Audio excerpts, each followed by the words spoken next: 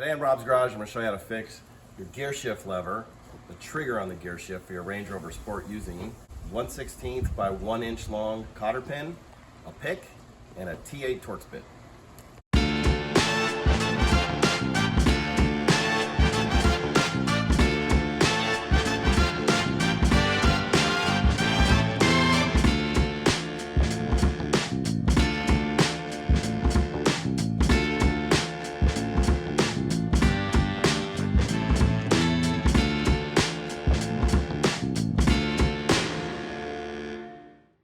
Came out to the desert to find a new home for Robb's garage and did a little off-roading in the Rover, and it broke.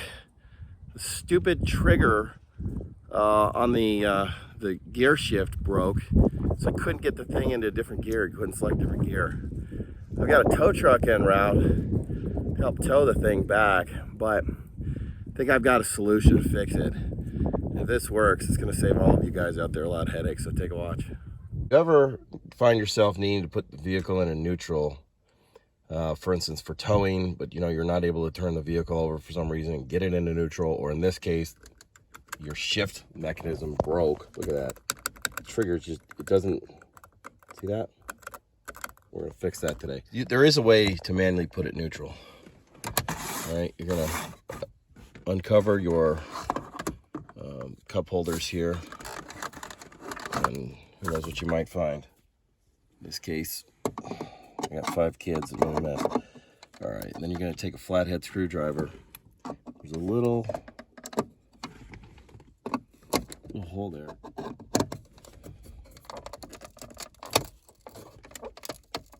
There we go. You just twist it, it kind of pops like that. Okay. Ta-da. Have your foot on the brake. Take that flathead screwdriver again and twist this. I think it, yeah, just like that. Now we're going to pull this up. You see that? We are in neutral. Hey, babe. Hey, babe. Where's the wife at? Come here. You got to help me navigate. You're good.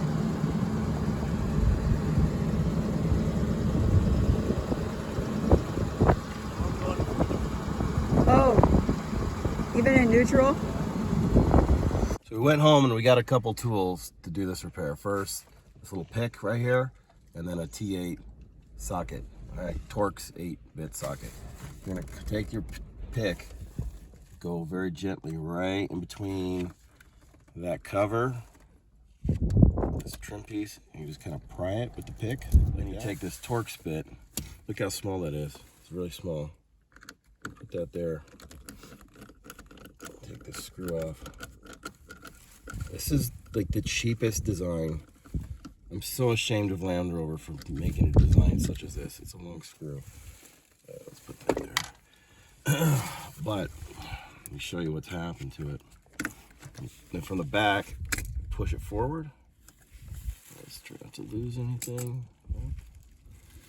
That's the cover piece.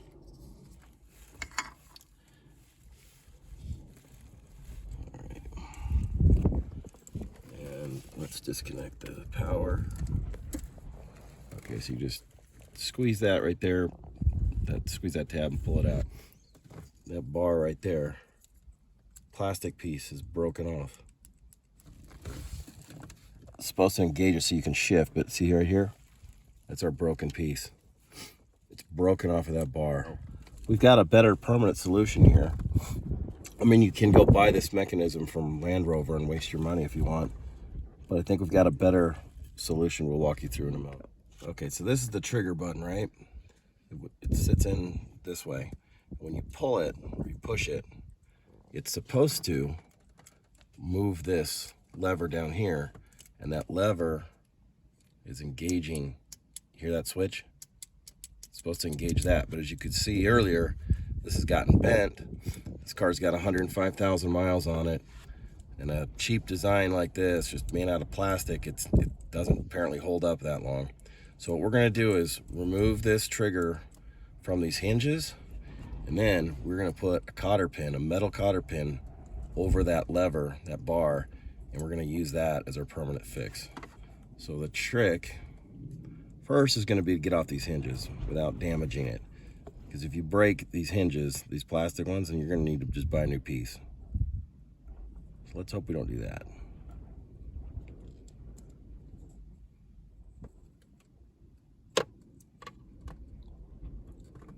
So close. There we go. So just gotta be very gentle, take your time, push one side in, and then do the other. Slides out. And that is our cheap lever there. But the idea is put this over there.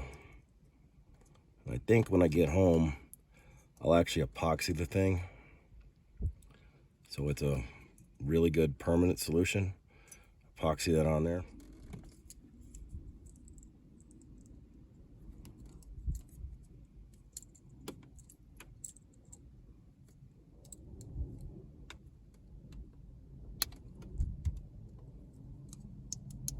There we go. See that? Now it'll trigger. If you can get the video in there, you can see it. Put it in the switch like we want. Hitting the switches. Okay. So I think that's gonna be good enough to get us home. Like I said, I'll do some epoxy on it later, make it nice and strong. But keep in mind, Range Rover Sport owners, this can happen to you. You could be in a parking lot, you could be traveling, you could be in the middle of the desert like I am at the moment with my wife here. Poor thing is stranded with me, but fortunately we weren't too far away from home. Able to get this, go get some parts to get this, or get some tools from the house and a cotter pin to get this resolved. So let's reassemble it now.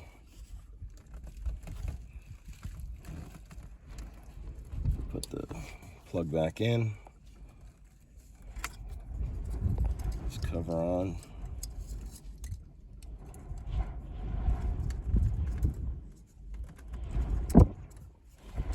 And before we put the,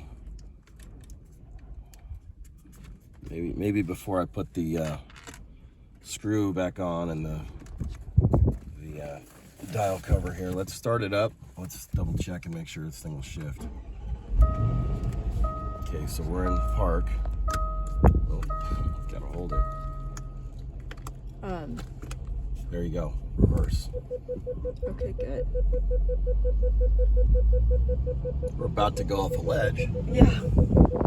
But got it reversed, okay. Well, let's turn it off. Get your Torx 8.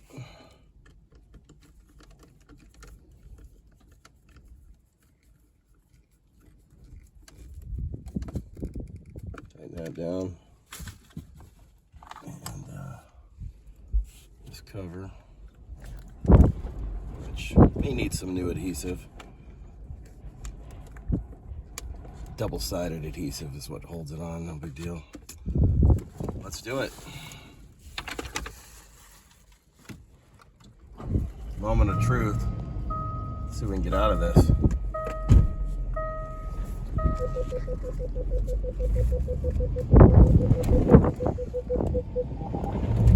Oh, jeez.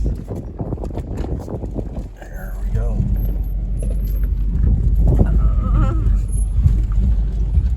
You know, for building such rugged vehicles, it just amazes me they built such a stupid mechanism for the trigger used on the gear shift. Unbelievable. But you know, Range Rover Sport owners, beware of this. Go get yourself a 10-cent cotter pin. Okay, actually I think there's about 23 cents, but get yourself a cotter pin and just replace it now. Even if it's not broken, take it apart, put the cotter pin over the that plastic lever, because you're going to save yourself in the end. First of all, it's going to provide some reinforcement and help it maybe never break. But then even if it does, you've got the cotter pin there. Might as well just do it as preventive maintenance, assuming that it will break sometime so you don't find yourself stranded. If you don't do that, well, we're really up on an angle. If you don't do that, then make sure you carry around a Torx 8-bit and a little pick like this with a cotter pin so that you can replace it yourself. There you go. Another fine repair from Robb's Garage. See you on down the road.